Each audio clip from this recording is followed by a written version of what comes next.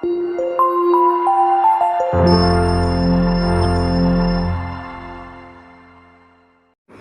friends, welcome to Tara's Learning. இன்னைக்கு நம்ம வித்தியாசமான சுடுதண்ணி சப்பாத்தி பார்க்க போறோம். எப்பவுமே வந்து நம்ம இடியாப்பத்துக்கு தானே நம்ம சுடுதண்ணி வச்சு ஹாட் வாட்டர் வச்சு பண்ணுவோம். இப்போ பாருங்க இன்னைக்கு வித்தியாசமா நம்ம சப்பாத்தில ட்ரை பண்ண போறோம். அதுக்கு முன்னாடி எங்க Tara's Learning சேனலை லைக் பண்ணுங்க, ஷேர் பண்ணுங்க, Subscribe பண்ணுங்க, மறக்காம பெல் ஐகான் கிளிக் பண்ணி ஆல் பிரஸ் பண்ணுங்க. இப்போ வாங்க நமக்கு தேவையான ingredients என்னன்னு பார்க்கலாம். 1/2 kg கோதுமை மாவு எடுத்துர்க்கேன் இதுக்காக நான். ப்ளஸ் அதோட ஆட் பண்ணுறதுக்காக வந்து சுடுதண்ணி வந்து ஒரு 4 டம்ளர் சுடுதண்ணி எடுத்துக்கிறோம். அதோட சால்ட் ஆட் பண்ணிக்கிறோம் நம்ம.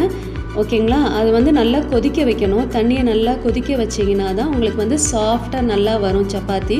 இங்கே பாருங்கள் பபிள்ஸ் வர மாதிரி நல்லா கொதிக்க வச்சுக்கிட்டு கொஞ்சம் கொஞ்சமாக கிளறுங்க. நம்ம இடியாப்பத்துக்கு எப்படி செய்வோம் அதே மாதிரி தான் கொஞ்சம் கொஞ்சமாக ஊற்றி கிளறணும். நீங்கள் கிளற தான் வந்து உங்களுக்கு வந்து அது நீங்கள் எவ்வளோக்கு வந்து நல்லா கிளறீங்களோ அவ்வளோக்கு வந்து உங்களுக்கு வந்து அந்த தண்ணி அந்த ஹீட்னஸ்லேயே வந்து வெந்துடும் நல்லா மாவு உங்களுக்கு. ஓகேங்களா? அப்போ நீங்கள் வந்து நம்ம தவாவில் போட்டு எடுக்கிறப்ப உங்களுக்கு சீக்கிரமே வந்து உங்களுக்கு அது வந்து ஹீட் ஆகிடும். உங்களுக்கு சப்பாத்தி நல்லா சாஃப்டாகவும் இருக்கும்.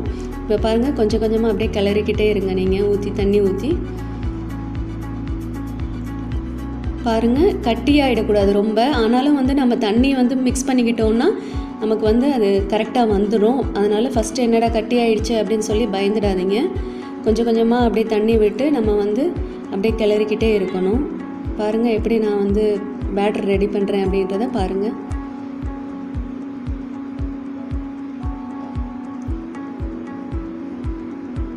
ஓகே ஃப்ரெண்ட்ஸ், இப்போ வந்து நம்ம அப்படியே வந்து திருப்பி வந்து கிளறிக்கிட்டே இருக்கணும்.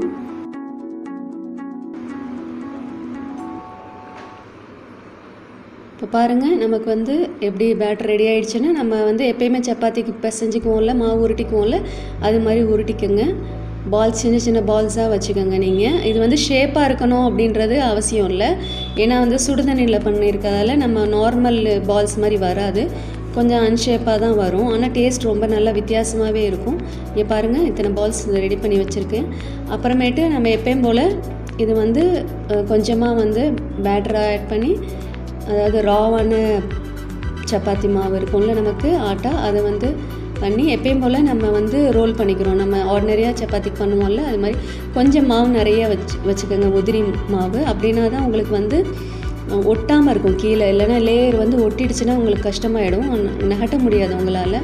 ஓகேங்களா? அதனால் வந்து கொஞ்சம் கீழே அடியில் வந்து நல்லா கொஞ்சம் நிறைய மாவு வச்சுக்கிட்டு இங்கே பாருங்கள் இது மாதிரி நல்லா ஸ்ப்ரெட் பண்ணிக்கிட்டு அதுக்கப்புறம் நீங்கள் நகட்ட ஆரம்பிங்க.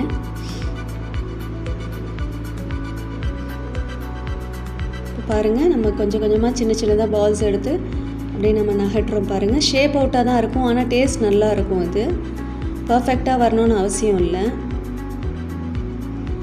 பாருங்கள் ரொட்டேட் பண்ணி நம்ம வந்து எவ்வளோக்கு எவ்வளோ தின்னாக வச்சுக்கிறோமோ அவ்வளோக்கு வந்து நல்லா சாஃப்டாக இருக்கும் சப்பாத்தி. ஓகே ஃப்ரெண்ட்ஸ்,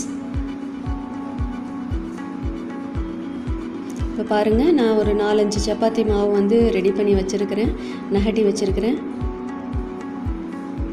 பாருங்கள் இதுக்கு ரொம்ப ஆயிலெலாம் விடணும்னு அவசியம் இல்லை. ஏற்கனவே அது வந்து ஹாஃப் இது வெந்திருக்கும் உங்களுக்கு. அதனால் வந்து நம்ம வந்து கொஞ்சமாக ஆயில் விட்டாலே போதும். இது ரொம்ப நல்லது. இது குழந்தைங்களுக்கு வந்து ஈஸியாக டைஜஸ்ட் ஆகிடும் உங்களுக்கு. இங்கே பாருங்கள் நம்ம சப்பாத்தி ரெடி ஆகிடுச்சு. பாருங்கள் இப்படி தான் இருக்கும். இதுக்கு பெஸ்ட்டு காம்பினேஷன் வந்து நிலக்கடலை சட்னி ப்ளஸ் பாருங்கள் அரைச்சி வச்சு நம்ம வந்து எப்படி பண்ணியிருக்கோம் பாருங்கள். இதுதான் இதுக்கு தேவையான இன்க்ரீடியன்ட்ஸ். இது வந்து நம்ம அடுத்து தாளிக்கிறோம். சில பேர் இதோட வந்து நிலக்கடலையோட தேங்காய் ஆட் பண்ணிக்குவாங்க, அது ஆப்ஷனல். உங்களுக்கு இஷ்டம்னா பண்ணிக்கலாம், இல்லைன்னா வெறும் நிலக்கடலை உப்பு ப்ளஸ் வரமிளகா அதுவே போதுமானது. பாருங்கள் நாங்கள் தாளித்து அந்த நிலக்கடலை சட்னியோடு சாப்பிட்டா ரொம்ப நல்லாயிருக்கும். இதுக்கு ஒரு பெஸ்ட்டு காம்பினேஷன் வந்து இந்த சட்னி தான்.